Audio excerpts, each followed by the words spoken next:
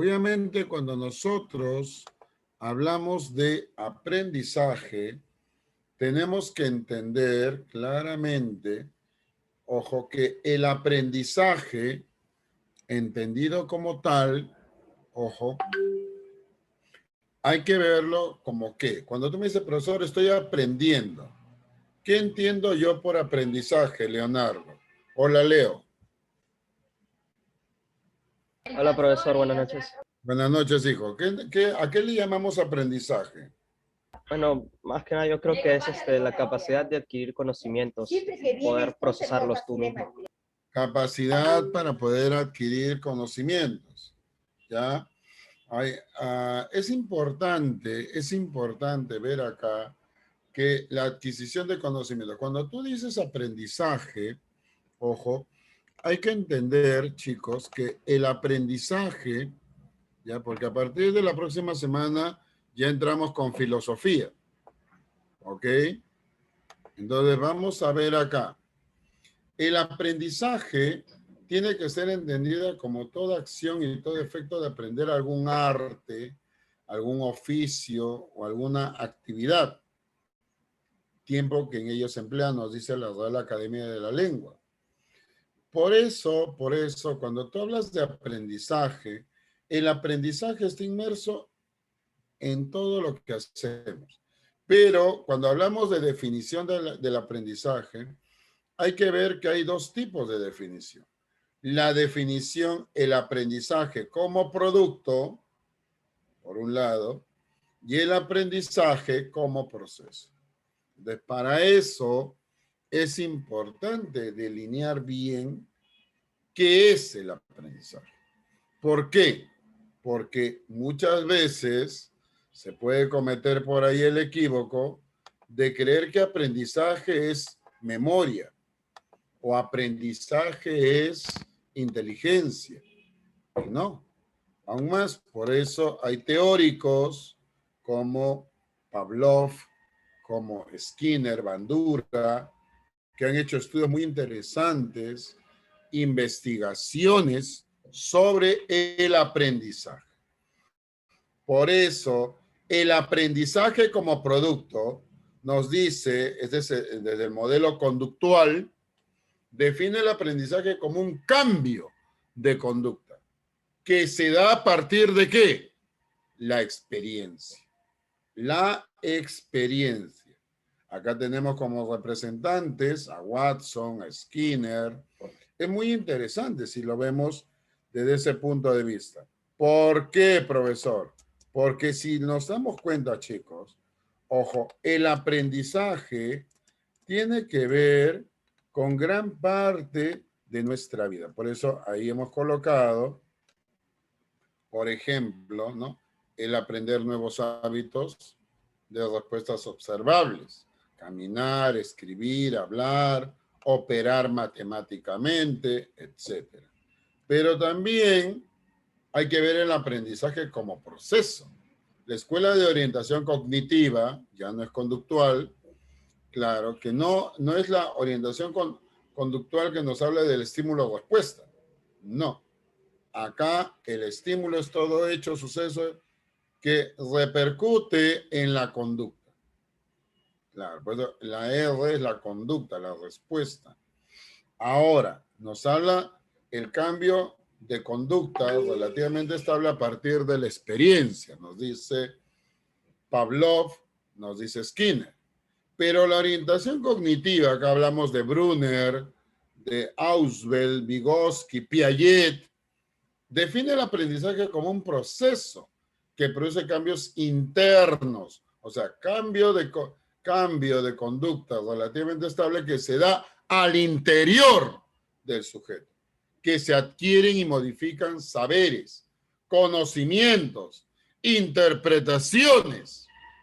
Los teóricos cognitivos por eso parten de que no es tanto el estímulo ni la respuesta, sino el organismo, la caja negra, los procesos mediacionales. Por eso la Escuela Sociocultural de Vygotsky define el aprendizaje como un proceso de internalización, que originándose en interacción con el medio externo, el medio social, modifica la actividad interna generando un nuevo nivel de desarrollo. Por eso la interiorización del lenguaje ejemplifica muy bien esta teoría, a diferencia del modelo estímulo-respuesta, en el cual el aprendizaje es cambio de conducta específica, y del modelo estímulo-organismo-respuesta, que define el aprendizaje como una adquisición de información. O sea, Vygotsky plantea que el aprendizaje genera procesos de desarrollo mental, estimulando aquellas funciones que aún no han madurado, pero que se hallan en proceso de ¿qué? De maduración. Es por eso, chicos, es por eso interesante hablar de un tema como el aprendizaje.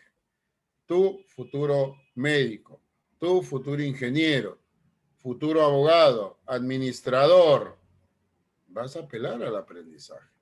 Por eso el aprendizaje tiene que ser claramente entendido. ¿Cómo así, profesor? Aquí lo vamos a ver, espérate. ¿Cómo va a ser esto, profesor? Cuando nosotros hablamos del aprendizaje, tiene que ser claramente entendido. ¿Cómo así, profesor? Ahora lo vamos a ver. Justamente esa es la idea. A ver, un momentito. Ahí está. Vamos a ver acá. Estemos atentos. El aprendizaje es algo que experimentamos todos los días. Aprendemos en la calle, en la escuela, con los amigos, cuando reflexionamos. Es algo tan cotidiano que con frecuencia lo pasamos por alto, e incluso nos costaría explicar qué es el aprendizaje. El aprendizaje puede presentarse de manera intencional o sin intención. Por ejemplo, aprendemos sin intención que no debemos tocar un sartén sobre el fuego. Este aprendizaje modifica nuestra conducta, porque muy probablemente la siguiente vez tendremos cuidado de no hacerlo. También aprendemos de manera intencional. Por ejemplo, al conducir un auto, no sucede que al subirnos simplemente empecemos a manejar, sino que en primera instancia tenemos el deseo o la necesidad de aprender a manejar, algo que nos motiva a hacerlo. El aprendizaje es una experiencia cotidiana, sin la que el ser humano no podría sobrevivir. Aprendemos, por ejemplo, al cruzar de manera segura una calle con mucho tráfico. A todo esto, ¿qué es aprender? El aprendizaje toma múltiples facetas y formas. Por tal motivo, no resulta muy sencillo definir lo que significa. Sin embargo, para empezar a explicar este tema, revisemos su significado. Acción y efecto de adquirir el conocimiento de algún arte, oficio u otra cosa por medio del estudio o de la experiencia. Es decir, cuando somos capaces de desempeñar un arte o un oficio, hacemos evidente que hemos aprendido. De esta relación surge la definición de aprendizaje como un proceso mediante el cual adquirimos conocimientos, habilidades e incluso actitudes que se manifiestan en conductas específicas, como contestar un examen, resolver un problema o dialogar con alguien. El diccionario también agrega sobre el significado que aprender es tomar algo en la memoria, lo que puede interpretarse como la capacidad de recordar. No sabemos a ciencia cierta cómo se da el proceso de recordar en nuestro cerebro. Lo que sí sabemos es que la memoria juega un papel fundamental en el aprendizaje, ya que están íntimamente relacionados, por lo que no es fácil separar uno del otro. En términos biológicos, el aprendizaje es una serie de fenómenos bioquímicos, eléctricos e incluso modificaciones morfológicas en las estructuras neuronales que se llevan a cabo en nuestro cerebro durante un proceso cognitivo, como resultado de la interacción del individuo con su entorno, con los objetos y las personas. Estos cambios en la estructura neuronal potencializan la capacidad del individuo para comprender y responder a su entorno. En esta definición es importante enfatizar la importancia que en el aprendizaje tiene la interacción del individuo con su entorno como fuente de aprendizaje, lo que nos lleva a otra definición del aprendizaje desde una perspectiva psicológica, como la modificación relativamente estable y permanente de nuestra conducta o cognición como resultado de la experiencia. A pesar de los hallazgos en el campo de la neurociencia, los trabajos en psicología y educación, el aprendizaje sigue siendo un misterio. El aprendizaje es investigado y estudiado desde muchos puntos de vista, desde los cuales se ha definido y explicado de maneras diversas. Esta diversidad de explicaciones sobre cómo aprendemos da lugar a diferentes teorías que pretenden explicarlo y clasificarlo de diferentes puntos de vista. De manera general, y desde el punto de vista de la enseñanza y el aprendizaje, la definición y tipos de aprendizaje se han venido debatiendo entre dos posturas: el conductista y el cognoscitivista. La primera considera que el aprendizaje se da cuando se observa un cambio de conducta en la persona, quien se considera una persona pasiva y sujeta a factores externos, mientras que el cognoscitismo, la persona se considera como alguien que puede tener logros de aprendizaje en la medida que lo desee y reconozca sus propios procesos mentales.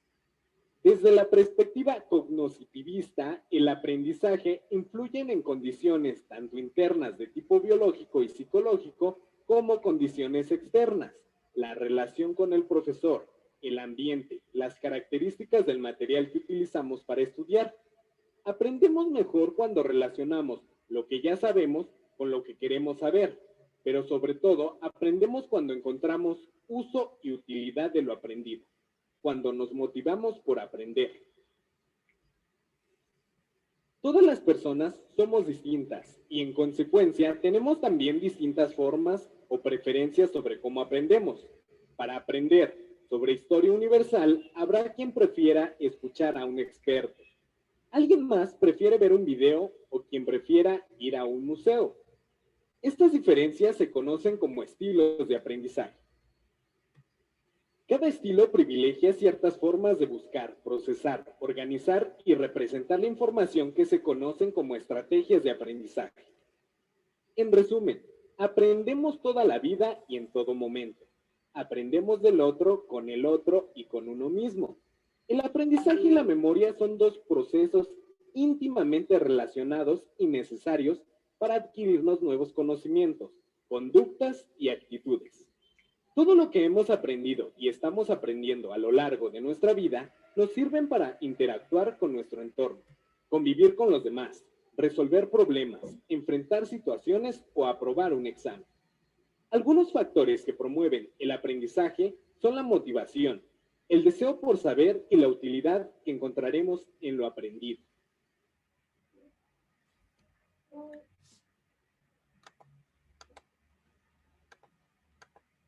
Es interesante ver acá, porque ciertamente cuando nosotros hablamos del aprendizaje, ojo, el aprendizaje es una constante en toda nuestra vida. Si nos damos cuenta, ojo, el aprendizaje, entendido de esta manera, hay que verlo. ¿Por qué? Porque todo aprendizaje implica un cambio de conducta. O sea, quiere decir que la persona o el animal que aprende es capaz de realizar acciones, actividades que antes no podía llevar a cabo. Ese es un elemento fundamental acá. Ahora, dicho cambio de conducta es el resultado de ¿qué? Esa palabrita que tanto te gusta. ¿Cuál es? La experiencia. Por ejemplo, si yo le pregunto, a ver, vamos a ver, al señor Jordi Villanueva. Hola, Jordi. Hola, profe. Dime, hijo, ¿tú sabes cocinar? ¿Sí? ¿Cuál es el platillo que mejor te sale? El lomo, El lomo saltado. claro. ¿Ya te acuerdas tu primera vez? ¿Sí? ¿Cómo te fue? ¿Cuál, preparando? Obvio, no te voy a preguntar de Sí, otra sí. primera vez, ¿no? No sé. Sí, me salió bien. O ¿Bien? sea, lo vi por video. Y sí, sí me salió bien. Ya. ¿Pero era comestible o ni Bobby lo quería comer? ¿Cómo es? No, sí. Sí, sí me Puede salió pa- bien. pero puede pasar, Jordi. O sea, no creas. Si te salió bien, bacán. Pero no siempre, ojo, es así. Entonces, dicho cambio es el resultado ¿de qué? De la experiencia. Claro. ¿no? Entonces, por eso, ojo, es importante ver ahí que dicho cambio es relativamente permanente. ¿Por qué? Porque va mejorando, producto de la maduración, producto del entrenamiento, producto del envejecimiento. También. Es eso. Si a Jordi le fue bien, bacán. Quizás a otros no le fue tan bien, ¿no? Tu primera vez que manejaste bicicleta, pucha, me saqué la mugre. Ahí está, ¿no? O la primera vez que jugaste partido, ¿no? Te metieron un cable y te sacaste la... Ya, ahí está. Fácil. O sea, el tema es que ese cambio permanente significa que va mejorando con el paso del tiempo. El aprendizaje no es algo estático. Por eso implica una interacción entre sujeto y medio. Un niño jugando con su mamá, un alumno con su maestro. Pues eso también tiene una codificación neural. Claro, los aprendizajes se codifican en nuestro cerebro a través de conexiones neuronales. Participan un conjunto de neurotransmisores. O sea, claro, por eso no es extraño que un niño autista pueda aprender, claro, pero no va a aprender igual que un niño promedio. Obviamente. Tendrá quizás más fortalezas en un área que en otra área. Entonces, eso. Y si hablamos de tipos de aprendizaje, obviamente hay una gama de tipos de aprendizaje. O sea, ciertamente, si lo vemos ahí, vamos a encontrar justamente eso. O sea, el aprendizaje puede ser un aprendizaje motor, puede ser un aprendizaje cognoscitivo, cuando hablamos de preguntas tipo DECO, un chico que postula de acá del grupo a San Marcos, ¿no? O un chico que postula a UNI, el tipo de pregunta tipo matemáticas o ciencias, ¿no? El maestro Rafael, una pregunta de química tipo UNI no va a ser igual, o tipo Callao, no va a ser igual a tipo San Marcos. Eso es obvio. ¿Qué pasó ahí? Una codificación. Es por eso muy importante ver ahí que cuando nosotros hablamos del aprendizaje, también puede ser un aprendizaje social. ¿Cuándo hablamos de un aprendizaje social? Claro. O sea, ahí vamos a ver justamente, ¿no? En ese sentido, que el aprendizaje social es la adquisición de normas, ¿no? Normas, ¿no? Parámetros, ¿no? Valores que están insertos dentro de un grupo social. Claro, entonces, en ese sentido, hay que poderlo entender, hay que saberlo entender y procesar. Por eso, es claro y evidente, profesor, que cuando nosotros hablamos del aprendizaje, ojo, como tal, claro, entonces hay que ver que el aprendizaje, ojo, la adquisición de normas, valores, ¿no? Conductas, parámetros, ¿no? Dado en un grupo social, no va a ser igual que en otro contexto o en otra realidad social. Eso también es clave. Es por eso importante cuando nosotros hablamos del aprendizaje, un aprendizaje afectivo, ¿no? Claro, un aprendizaje de tipo emocional. Pues no podemos, en ese sentido, pensar justamente en que el aprendizaje de un niño va a ser igual al aprendizaje de un adulto, ¿no? Obviamente algunos dicen, cuando yo era niño, pude aprender más sobre esto, ya puede ser. Pero la adquisición de emociones, sentimientos, ahora mismo nomás, ¿no? Por ejemplo, ¿no? ¿Qué celebramos este domingo?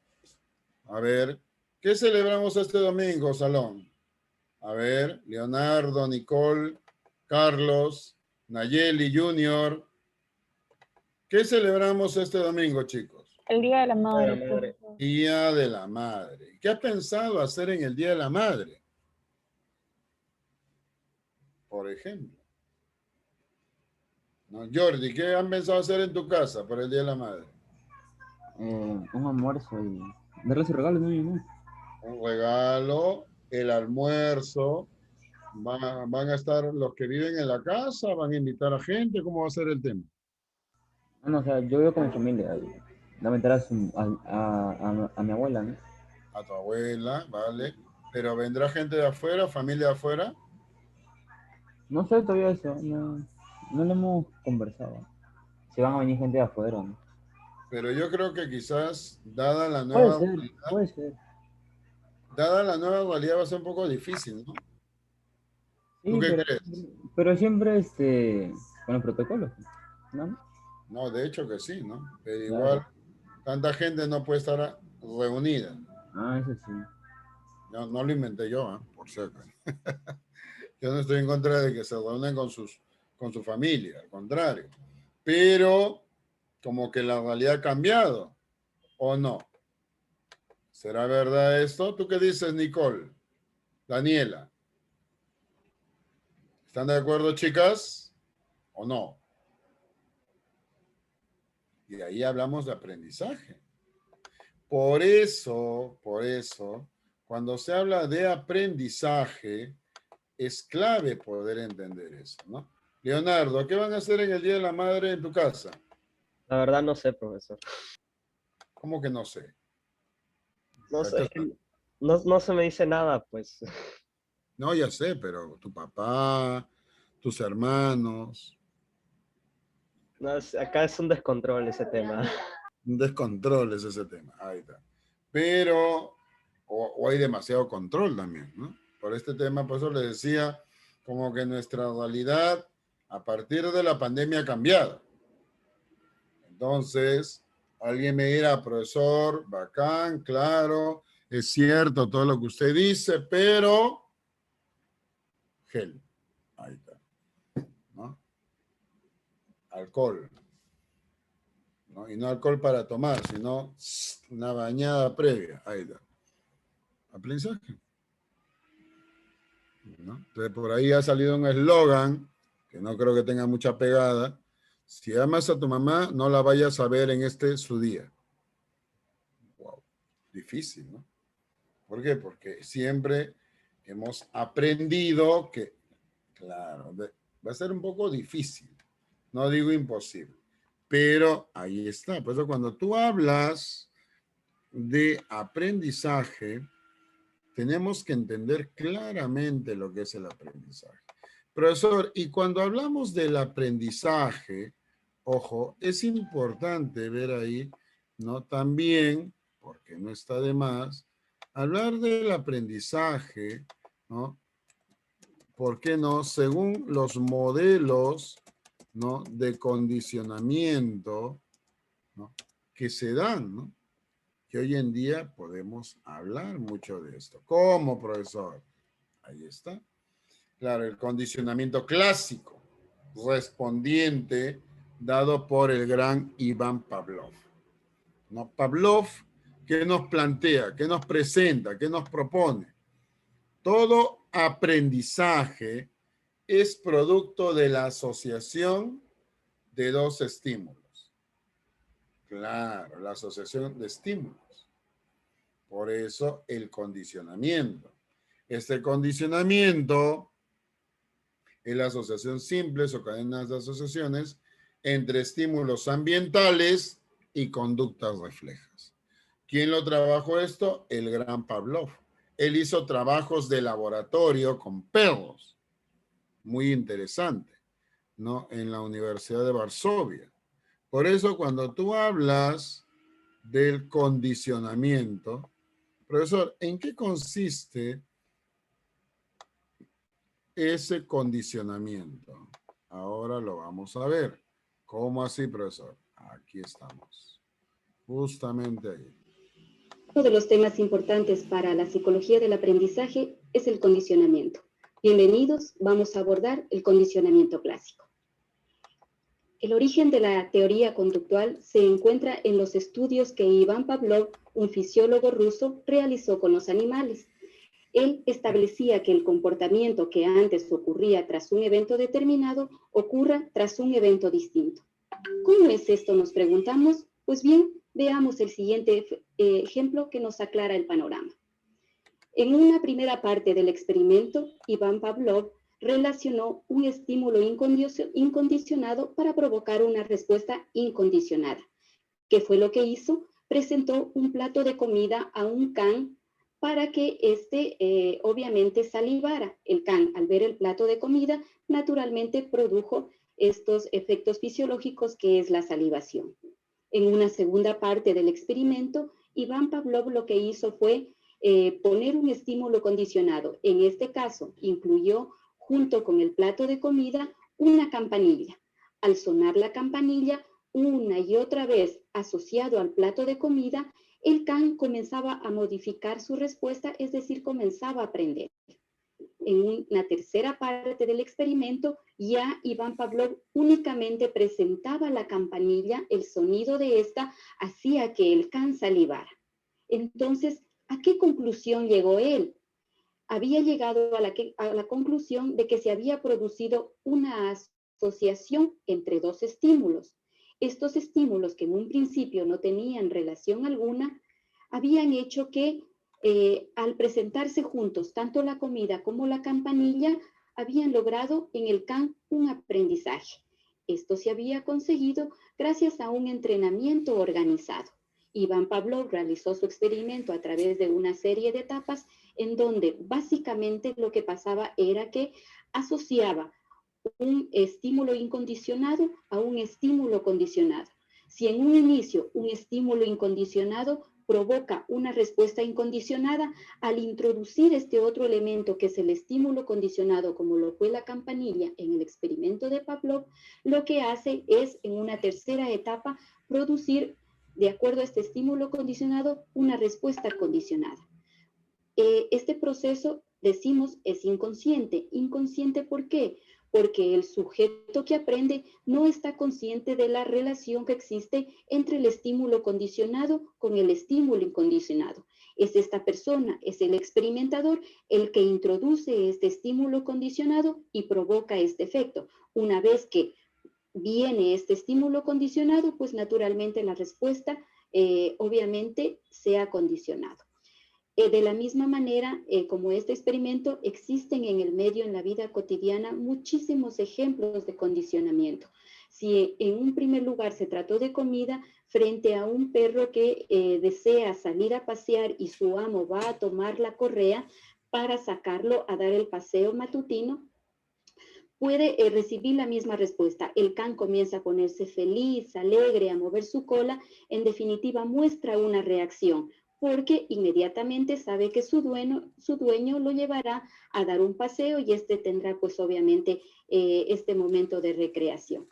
En el campo educativo, si trasladamos este tipo de condicionamientos, también lo vemos cuando, por ejemplo, existen muchos estímulos incondicionados, como pueden ser el colegio, los libros, las materias, los compañeros, el mismo profesor, y estímulos condicionados como la actitud del profesor. Puede ser un profesor un poco más dócil, un poco más suave, algunos más estrictos, y lo que provocan en el estudiante son reacciones de tipo condicionado, por ejemplo, una reacción de ansiedad, de sudoración, de estrés que provoque en el alumno.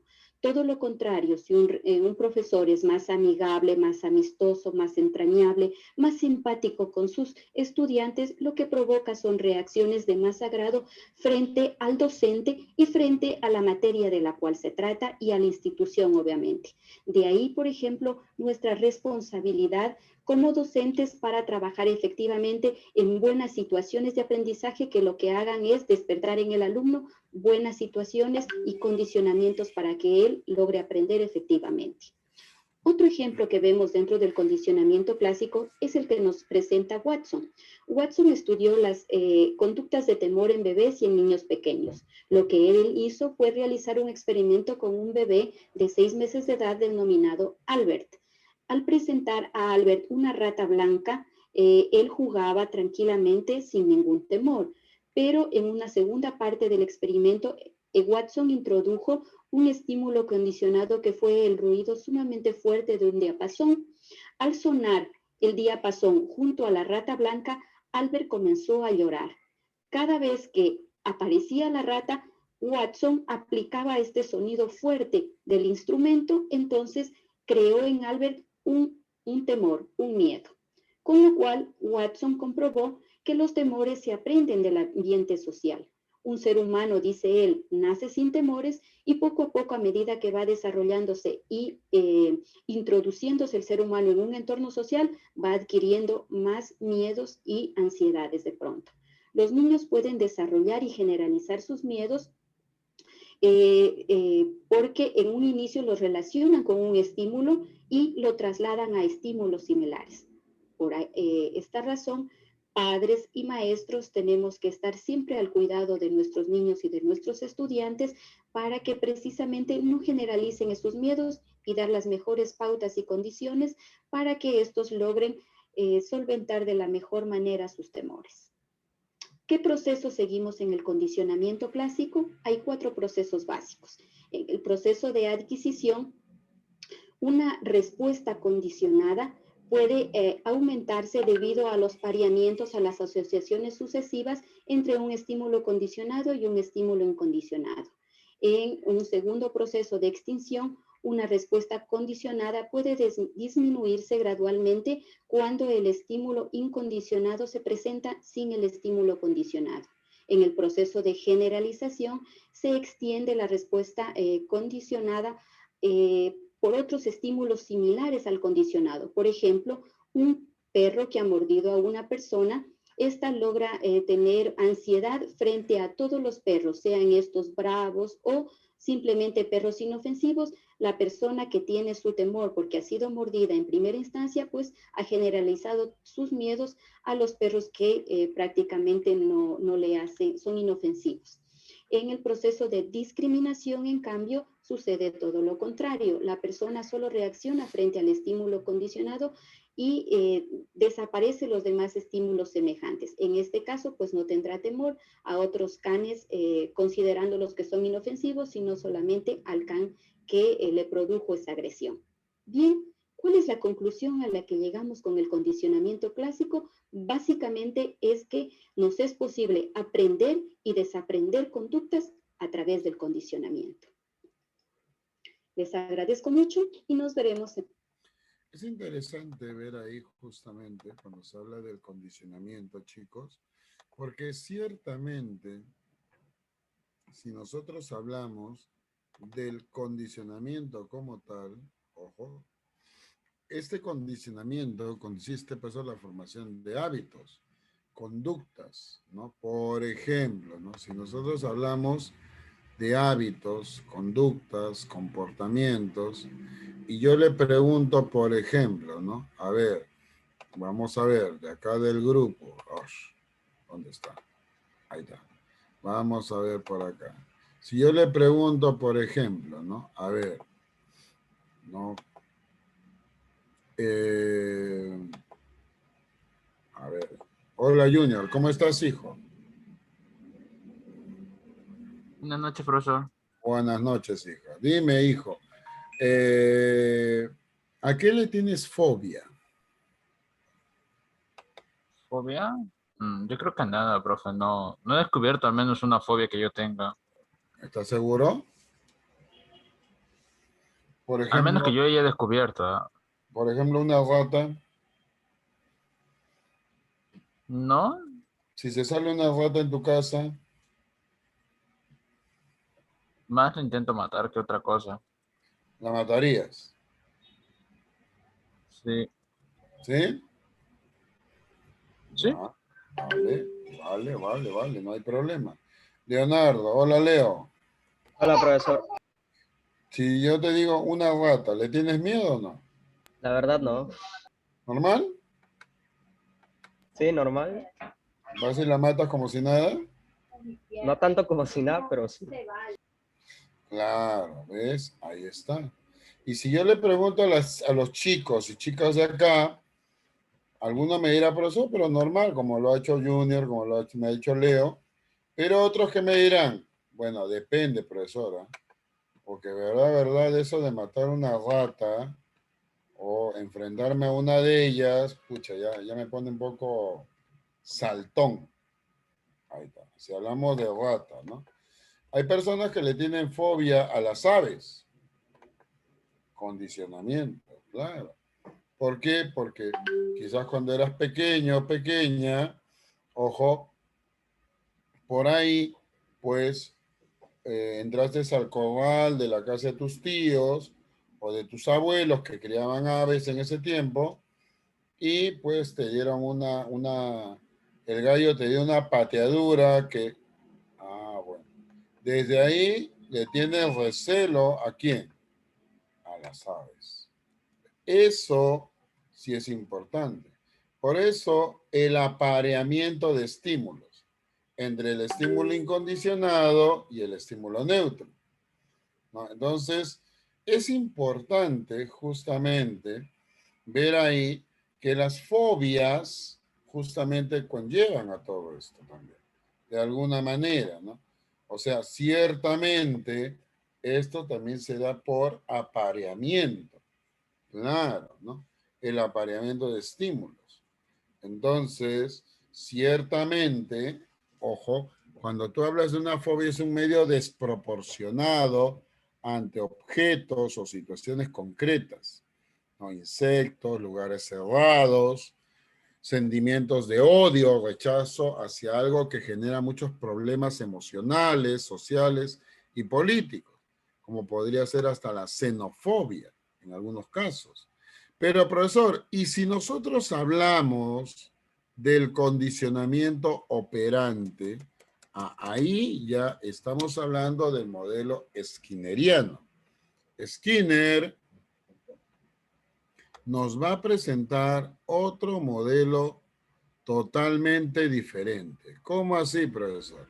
Claro, ¿no? O sea, en el modelo de Skinner, ojo, hay que entender ahí justamente que Skinner hizo trabajos de experimentación, así como lo hizo Pavlov, el igual. ¿Pero en qué sentido, profesor?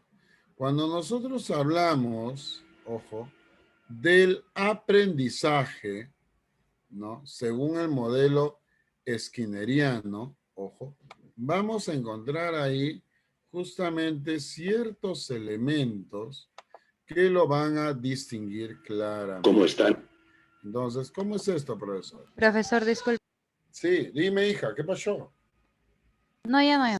Ah, ya, sí, se puso negro, creo. Sí, No te preocupes. Así pasa a veces. Mira, mi hija mía, acá. Cuando nosotros hablamos del condicionamiento operante, por eso es una forma de aprendizaje. Se le llama también condicionamiento instrumental, que es una forma en la que la consecuencia es debida a la respuesta que previamente ha emitido el sujeto. Por eso el condicionamiento operante implica la ejecución de conductas que operan sobre el ambiente. Por tanto, es fruto de la asociación de cierta conducta con la obtención de resultados positivos o negativos. El condicionamiento operante, por eso, es un tipo de aprendizaje asociado al desarrollo de nuevas conductas y donde ciertamente vamos a encontrar acá, chicos, algo muy particular. Claro, ¿cómo es? Es la consecuencia. Por eso en eso se basa el modelo de Skinner. En el condicionamiento operante, ojo, interesante, opera, las conductas se emiten espontáneamente y sus consecuencias determinan el aprendizaje. Él hizo trabajos con ratas, con palomas en laboratorios. O sea, muy interesante fue este trabajo también. Y por eso las consecuencias agradables tienden a fortalecer una conducta. En cambio, las consecuencias desagradables tienden a debilitar, disminuir la ejecución de ¿qué? De una conducta. Oh, profesor. A ver, ¿cómo es esto, profesor? Vamos a ver acá. Estemos atentos aquí, por favor. Bienvenidos al canal Psicólogo. Hoy vamos a explicar el condicionamiento operante. Condicionamiento operante. ¿Cuál es la diferencia entre el condicionamiento operante y el condicionamiento clásico? En el condicionamiento operante, una respuesta voluntaria es seguida por un reforzador. De esta manera, la respuesta voluntaria, por ejemplo, estudiar para un examen, es más probable que se realice en el futuro. Al contrario, en el condicionamiento clásico un estímulo activa automáticamente una respuesta involuntaria. El condicionamiento operante puede describirse como un proceso que intenta modificar el comportamiento mediante el uso del refuerzo positivo y negativo. A través del condicionamiento operante, un individuo hace una asociación entre un comportamiento particular y una consecuencia. Ejemplos. Los padres recompensan las buenas calificaciones de un niño con dulces o algún otro premio. Un maestro premia a aquellos estudiantes que son tranquilos y educados. Los estudiantes se dan cuenta que al comportarse así reciben más puntos. Un alimento se da a un animal cada vez que presiona una palanca. B.F. Skinner, 1938, acuñó el término acondicionamiento operante.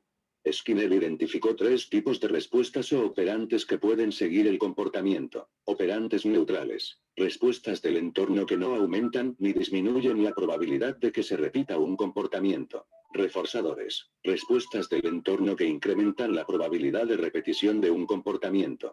Los reforzadores pueden ser positivos o negativos. Castigos. Respuestas del entorno que disminuyen la probabilidad de que se repita un comportamiento. El castigo debilita el comportamiento. Conceptos básicos del condicionamiento operante. Refuerzo. Es el responsable de la emisión de respuestas, es decir, que la probabilidad de que sucedan sea mayor o menor en un futuro. Es un estímulo reforzante y consecuente, ya que se da una vez se ha producido la respuesta. Es imposible saber si un reforzador determinado influye en la conducta hasta que no se presenta de manera contingente con una respuesta y se comprueba que el comportamiento cambia a consecuencia del reforzador. Existen 2 tipos de refuerzo, positivo y negativo. Ambos tienen la misma finalidad de aumentar la probabilidad de que la respuesta se emita en situaciones futuras.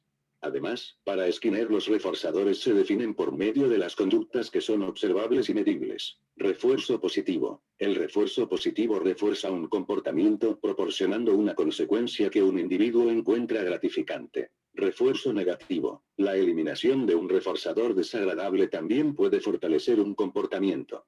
Esto se conoce como refuerzo negativo porque es la eliminación de un estímulo adverso que es gratificante para el animal o la persona.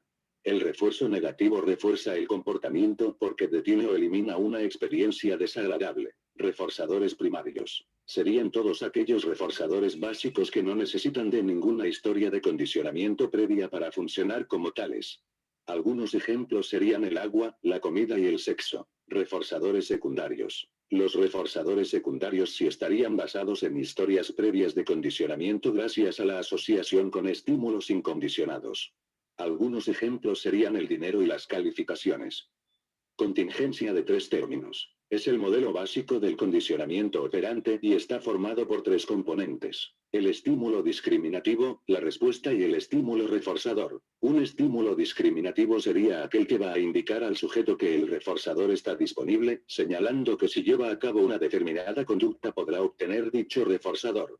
En contraposición tenemos el estímulo delta o estímulos que indican que la conducta no va a llevar a la obtención de ningún tipo de reforzador. La respuesta sería la conducta que realizará el sujeto, cuya ejecución le llevará o no a la obtención del estímulo reforzador. Un estímulo reforzador, como se ha mencionado anteriormente, es el responsable de la emisión de la conducta, ya que gracias a su aparición la probabilidad de emisión de una respuesta aumentará o disminuirá en el futuro. Conceptos a conocer del condicionamiento operante. Castigo. El castigo también se mide por sus efectos en la conducta del sujeto. En cambio, a diferencia del refuerzo, lo que se pretende es la disminución o supresión de una determinada conducta. Un castigo reduce la probabilidad de emisión de una conducta en situaciones posteriores. No obstante, no elimina la respuesta, ya que, si la amenaza de castigo disminuye, la conducta puede volver a aparecer. En el castigo también existen 2 tipos o procedimientos diferentes, castigo positivo y castigo negativo. Castigo positivo. Este implica la presentación de un estímulo aversivo tras la realización de un determinado comportamiento. Es dado de manera contingente a la respuesta dada por el sujeto. Castigo negativo. Consiste en la eliminación de un estímulo como consecuencia de un determinado comportamiento, es decir, consiste en la retirada de un estímulo positivo tras la realización de una determinada conducta. Extinción. En la extinción se deja de emitir una respuesta debido a que el reforzador ya no aparece. Este proceso se basa en dejar de proporcionar el reforzador correspondiente que se espera conseguir y que ha hecho que ese comportamiento se mantenga a lo largo del tiempo. Cuando una respuesta se extingue, el estímulo discriminativo pasa a ser estímulo de extinción. Este proceso no debe confundirse con el olvido, que es dado cuando la fuerza de un comportamiento disminuye al no haber sido emitido en un período de tiempo. Generalización. Ante una situación o estímulo determinado se condiciona una respuesta, que puede aparecer ante otros estímulos o situaciones parecidas. Discriminación. Este proceso es el opuesto al de generalización, en él se responde de manera diferente según el estímulo y el contexto. Programas de refuerzo. Skinner también estableció gracias a sus investigaciones diversos programas de refuerzo, entre los que están los programas de reforzamiento continuo y los programas de reforzamiento intermitente. Programas de refuerzo continuo. Están basados en el reforzamiento constante de la respuesta cada vez que se presente, es decir, cada vez que el sujeto ejecute la conducta deseada, obtendrá un estímulo reforzador o positivo. Programas de refuerzo intermitente. En cambio, aquí el sujeto no siempre obtiene el reforzador al realizar la conducta deseada.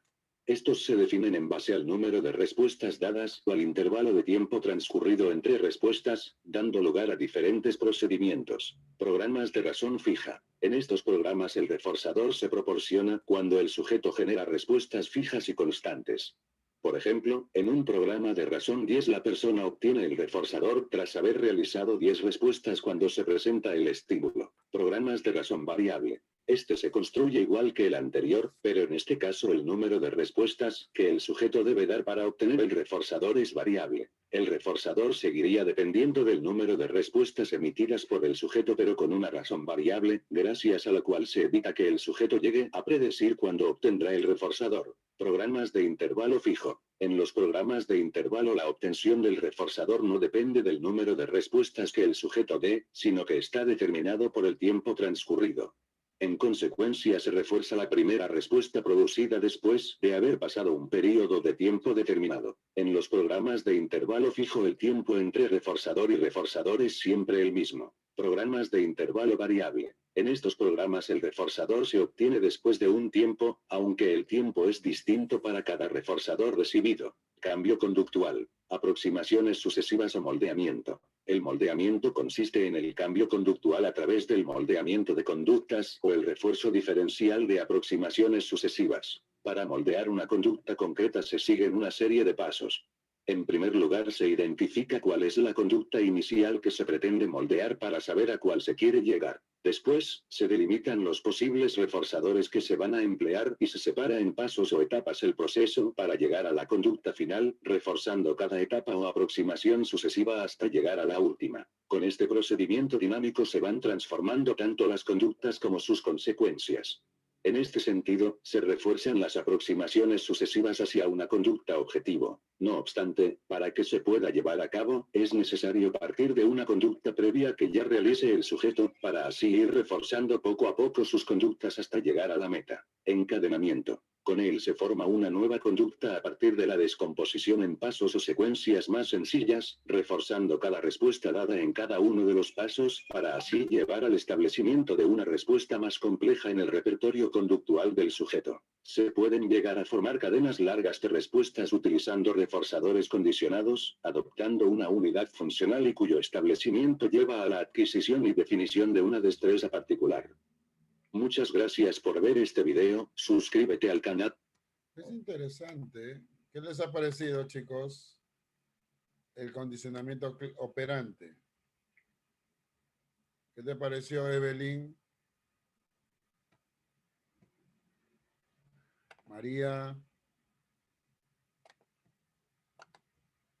Es interesante porque el reforzamiento que hace que la probabilidad de ocurrencia de una conducta aumente.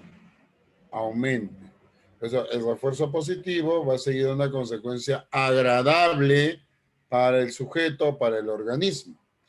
En cambio, el refuerzo negativo también es el resultado que aumenta la probabilidad de ocurrencia de una conducta porque suprime algo desagradable. Ah, le voy a quitar lo que más le gusta. El castigo. Cuando hablamos del castigo, todo castigo hace que la conducta disminuya. Cuando hablamos de un castigo positivo, es cuando hablamos de el golpe, el maltrato, estímulos dolorosos para el sujeto, ¿no? Entonces, ahí está, ¿no? Por ejemplo, ¿no? Ahí el papá que golpea, o la mamá, ¿no? Esos modelos que obviamente sabemos que ya no se utilizan, pero que si analizamos bien, ojo, vamos a encontrar que, ojo, no, en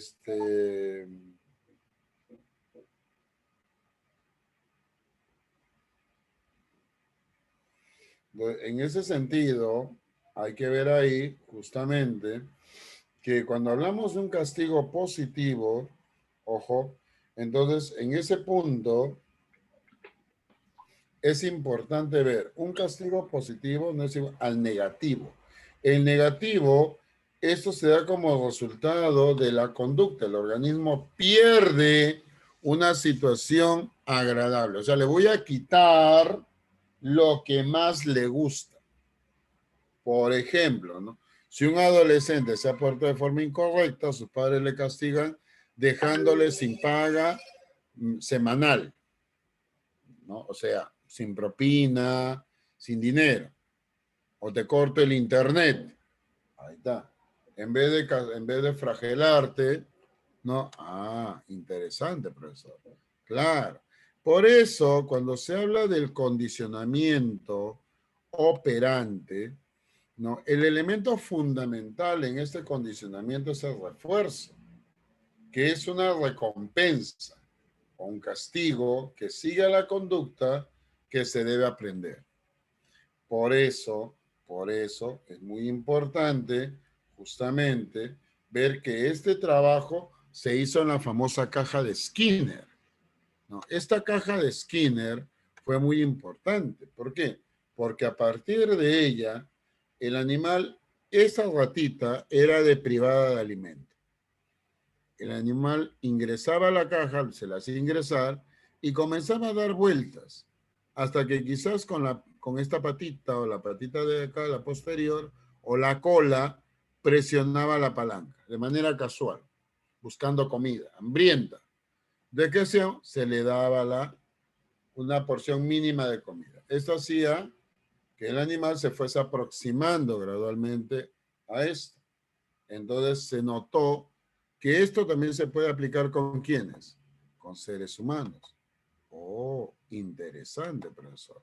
Claro.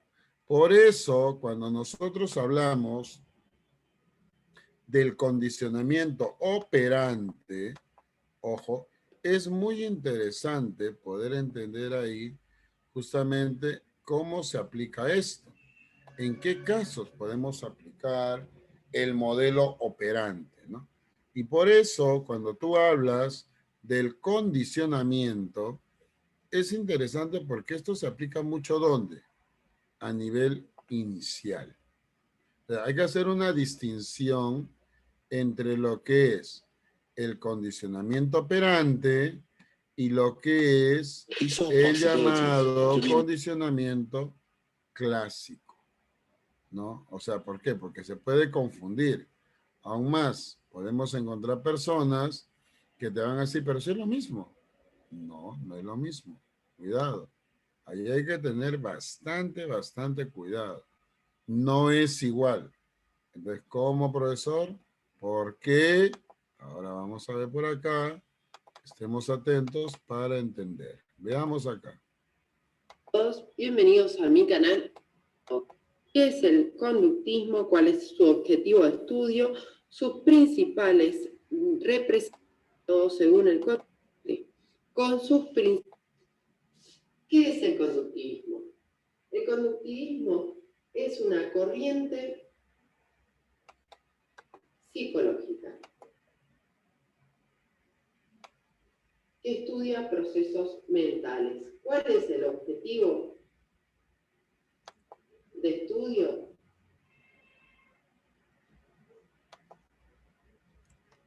Es la conducta observable.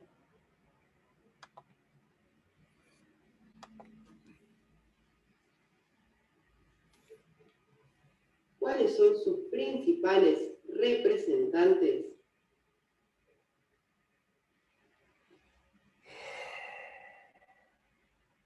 Ivan Pavlov. En el canal tienen la teoría completa de Ivan Pavlov, de Skinner, también de Thorndike y de Watson. Es el método de estudio.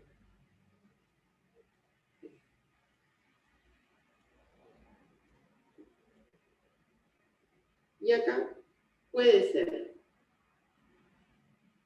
el clásico o el operante.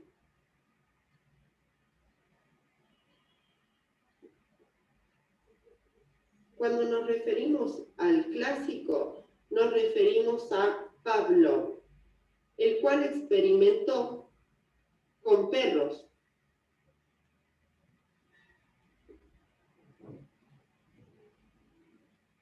Que en realidad lo que él quería saber era por qué se originaba la segregación gástrica de los animales antes de comer. Entonces él trabaja con los reflejos incondicionados, es decir, aprendidos inmediatamente, y los reflejos condicionados. O sea, RI y RC, como él le llama. También los reflejos condicionados se les refiere como aprendidos por asociación. También tenemos o encontramos en el conductivismo clásico a Watson. Y Watson experimentó con el pequeño Albert, condicionar y descondicionar al sujeto utilizando ruidos fuertes o diferentes estímulos.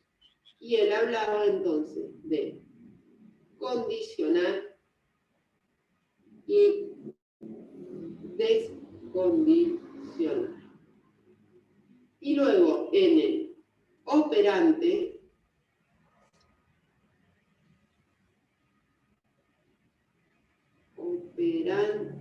condicionamiento operante, encontramos el experimento de Skinner con las palomas.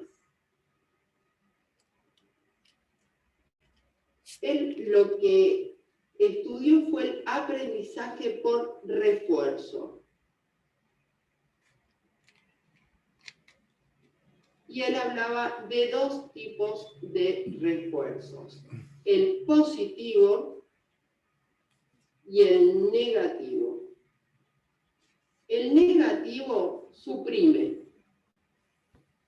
Y dentro del positivo, él hablaba que había dos tipos de refuerzos: el agradable y el no agradable.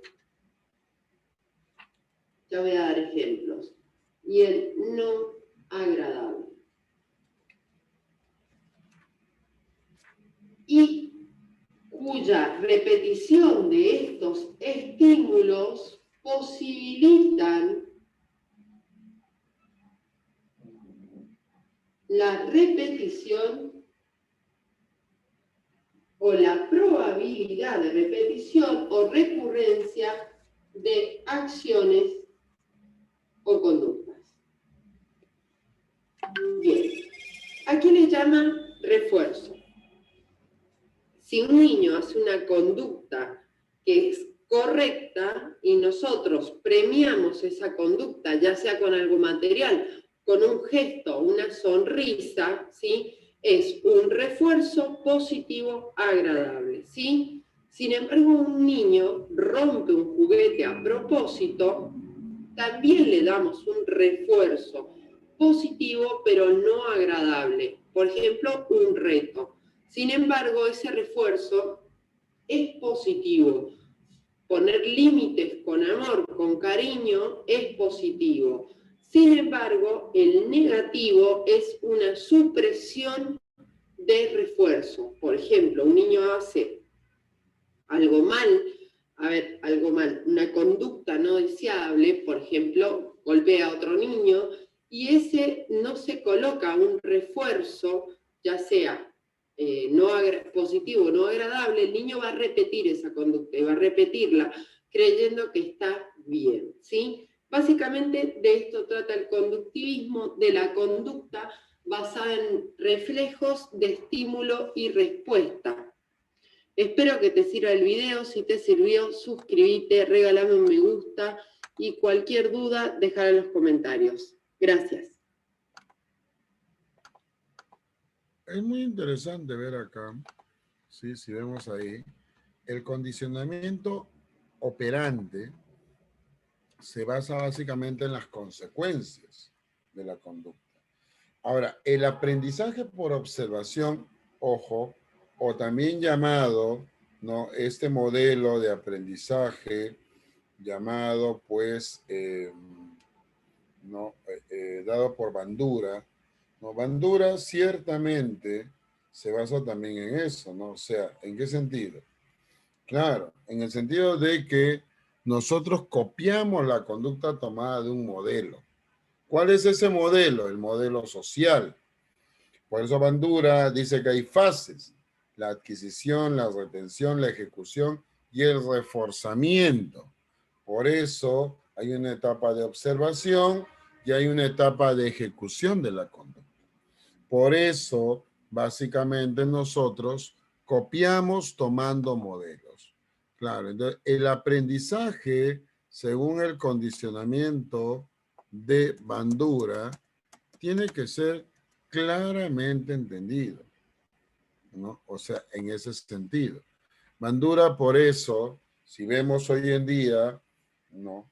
Gran parte de nuestro comportamiento, de nuestros hábitos, para Bandura, parten de la observación, que está formada por la atención y la retención.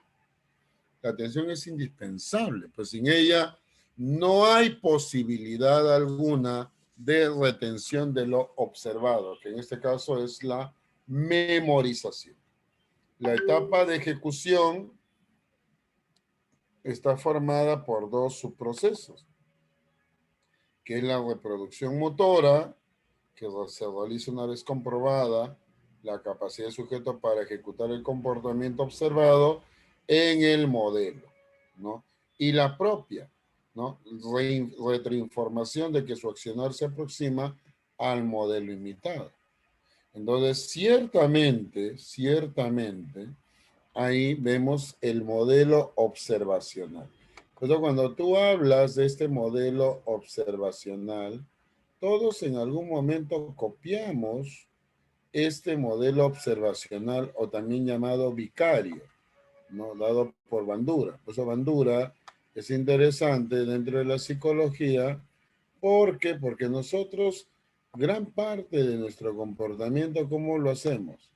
Copiando, estableciendo nexos de relación, donde también hay un reforzamiento de este tipo de conducta. Claro, por eso gran parte de nuestro aprendizaje social se da a este nivel. Claro, entonces cuando tú hablas de un aprendizaje como el que nos presenta Bandura, sería interesante ver cómo el ambiente juega un papel protagónico en este proceso. Claro. En Mundare, Albert nació en el año 1900. Entonces, cuando nosotros se considera el más grande. Albert Bandura. Que vamos a ver por eso importante. Esperen ahí, guarda. Veamos acá. Albert Bandura nació en el año 1925 en Mundare, Alberta del Norte, Canadá. Es un teórico y experimentador del aprendizaje social. Por sus descubrimientos y aportaciones, se considera el más grande e influyente psicólogo en la actualidad. Tal y como lo hizo Lev Vygotsky, Albert Bandura también centra el foco de su estudio sobre los procesos de aprendizaje en la interacción entre el aprendiz y el entorno, y, más concretamente, entre el aprendiz y el entorno social. Mientras que los psicólogos conductistas explicaban la adquisición de nuevas habilidades y conocimientos mediante una aproximación gradual basada en varios ensayos con reforzamiento, Bandura intentó explicar por qué los sujetos que aprenden unos de otros pueden ver cómo su nivel de conocimiento da un salto cualitativo importante de una sola vez, sin necesidad de muchos ensayos. Su teoría se denomina como aprendizaje social. Esta se basa en el aprendizaje que posee el individuo a través del tiempo mediante la interacción con los demás. Uno de sus estudios más sobresalientes fue el del muñeco bobo. Dicho experimento consistía en comprobar cómo se adquieren las conductas a través de la imitación. Bandura le enseñó la película a un grupo de estudiantes en una guardería. Posteriormente los dejaron jugar. Los estudiantes realizaron el mismo comportamiento del niño con el muñeco bobo. Uno de los elementos claves de esta teoría se le conoce como interacción recíproca. Bandura considera que el funcionamiento humano se explica en la reciprocidad triádica, la cual se enfoca en que la conducta, los factores personales cognitivos y los acontecimientos del entorno son determinantes que interactúan una con otra, por lo que se distingue en dos tipos de aprendizaje. Se aprende de las consecuencias de las propias acciones.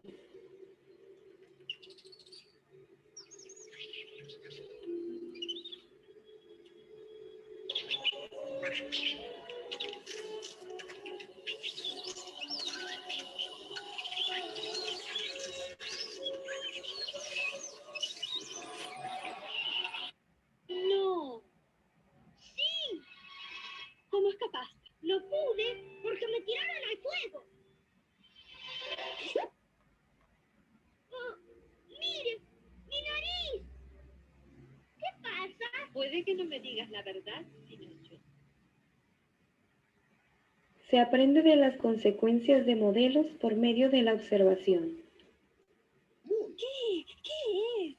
Es un cachivache que los humanos usan para acomodarse el cabello.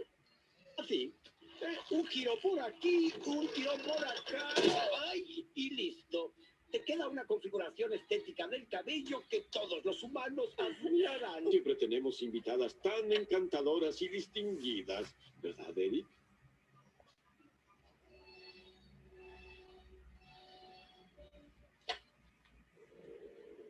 Aprendizaje y desempeño.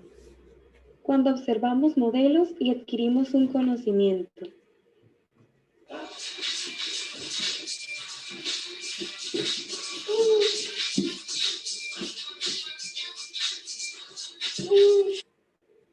Poner en práctica lo aprendido.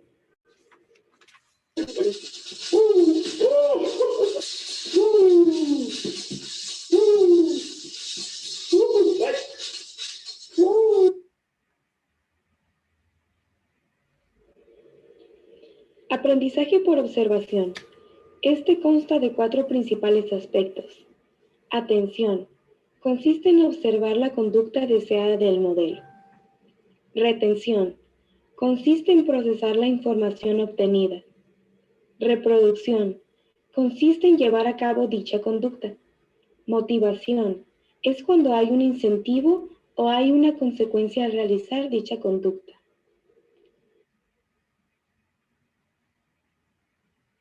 Es muy interesante justamente ver ahí que cuando nosotros hablamos del aprendizaje, en el modelo de Bandura justamente propone esto. Aún más, a partir del modelo de Bandura aparecerá el aprendizaje vicario, ¿no? El aprendizaje vicario, el aprendizaje cognitivo, reconoce la importancia de los condicionamientos clásicos y operantes. Sin embargo, proponen que existen otras formas de adquirir conocimientos. Por eso, hay cambios que ocurren en los procesos mediadores entre la recepción del estímulo y la respuesta. Por eso, ahí hay que hablar de factores no solamente externos, sino de factores internos que se dan dentro del sujeto. Pues un proceso mediador es la actividad cerebral que retiene el ingreso sensorial y lo elabora, convirtiéndolo e interpretándolo en categorías, atributos o conceptos. Y los procesos mediadores son constructos hipotéticos. ¿Por qué decimos constructos hipotéticos? Porque nadie ha tocado la percepción. Nadie sabe de qué tamaño es la memoria. Nadie sabe el nivel de densidad de la inteligencia. Entonces son elaboraciones teóricas explicativas de factores no observables. Son procesos inferidos, claro. Entonces, por ese lado, ahí tenemos la teoría gestáltica de Wertheimer, ¿no? De Kuller, de Kafka, que sostiene que el aprendizaje ocurre por un proceso de organización y reorganización cognitiva del campo perceptual en el cual el individuo juega un rol activo, agregando algo a la simple percepción, organizando los estímulos de tal manera que se puedan percibir como una unidad, ¿no? El insight. Y es acá donde se habla del procesamiento de información que explica el aprendizaje en base a la metáfora computacional. Concibe que el funcionamiento cognitivo se da de forma similar a lo que ocurre en la computadora. Procesamiento, aprender, registro, recuperación. El aprendizaje por descubrimiento, justamente de Jerome Brunner, plantea o propone que los alumnos deben construir inductivamente los conceptos académicos a partir de los ejemplos facilitados por los docentes. Por eso el razonamiento inductivo consiste en la formulación de reglas, conceptos y principios generales a partir de ejemplos de casos. El aprendizaje, pues, es el descubrimiento que el estudiante hace por sí mismo. El aprendizaje significativo por recepción es la experiencia de relacionar un conocimiento nuevo con un conocimiento previo, los saberes previos. Por eso no hay que desmerecer este tipo de planteado por David Ausubel. Pero, vuelvo, ojo, hay que ser muy claros. Ojo, todo aprendizaje tiene que estimularse, tiene que reforzarse, tiene que desarrollarse gradualmente. Entonces, chicos, ¿ha quedado claro hasta acá? Muy bien. Entonces, vamos a ver ahí, ya, para poder ver las preguntas que están en el material. Vamos a ver ahí las preguntas, muchachos. Veamos ahí. A ver, profesor. ¿Cuál es la primera pregunta? A ver, ¿cuál es la clave ahí? Imagínate que esa sea tu pregunta de examen de admisión. Es el proceso mediador de adquisición de patrones de actividad y conducta. ¿Cuál sería la clave ahí? Pablo, Leonardo, María, Evelyn. ¿Cuál sería ahí? Junior. ¿Cuál sería ahí, chicos? Jordi, Oliver. Aprendizaje. El aprendizaje. Claro, pues eso es un proceso mediador. Chicos, acá hay que ser muy claros, ¿eh? Ojo, hay que ser muy claros. Por eso, cuando tú dices entre la actividad, es el aprendizaje. Esa es la gran diferencia que hay entre tú y un alumno, ¿no?, de un colegio de educación básica regular, obviamente. Hay que tener cuidado ahí. Ahí sería aprendizaje. La 2, ¿cuál sería la 2, mis muchachos? Dentro del esquema estímulo, organismo, respuesta, que nos muestra las características psicológicas de la variable E, ¿qué representa? ¿Qué es la E?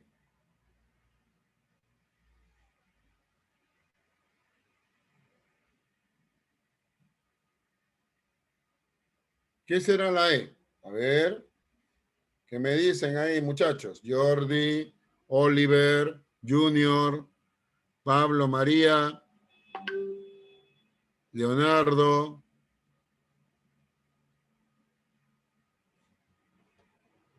¿Qué pasó? ¿Qué pasó?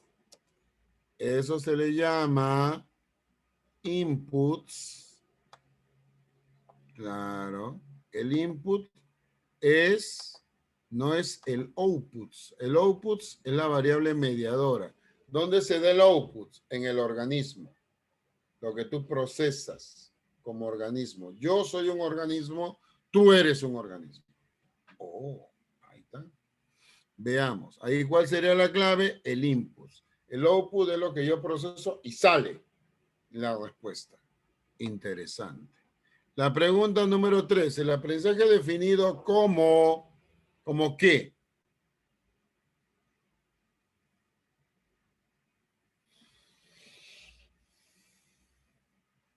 ¿Cuál sería ahí la clave?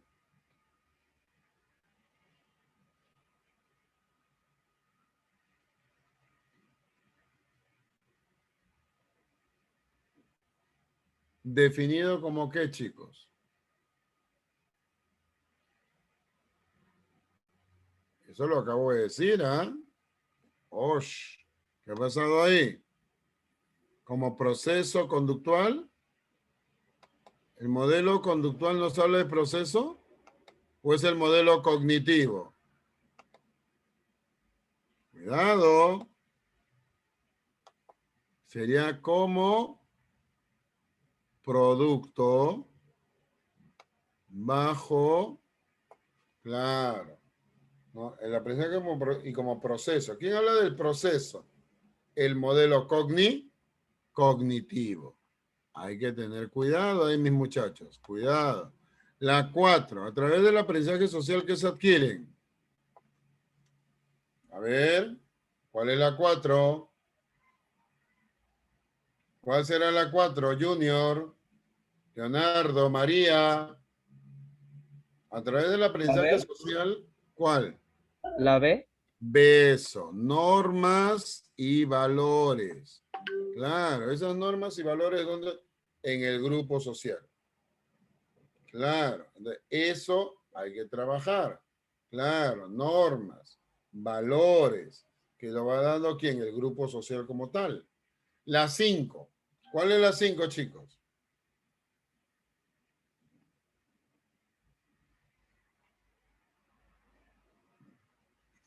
¿Qué aprendizaje es? Cognoscitivo, relacional, afectivo, social, asociativo. ¿Cuál será, muchachos? La 5. ¿Cuál es la 5?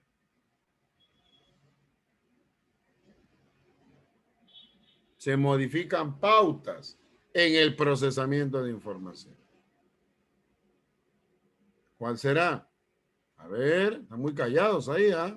A ver, Evelyn, Diego, Ronald, Daniela, Carlos, Jordi. ¿Cuál es ahí? La A, claro, pues chicos, no duden. El aprendizaje cognoscitivo. Muy importante, claro. Ahí aprendemos formas de establecer relaciones a este nivel. Vale, muy bien. La 6, ¿cuál es la 6? El condicionamiento instrumental se refiere a la probabilidad de incremento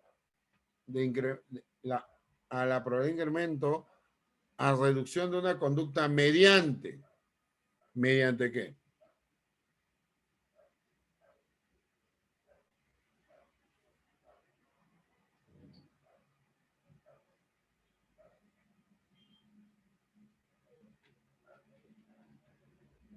¿Cuál es el condicionamiento instrumental, chicos?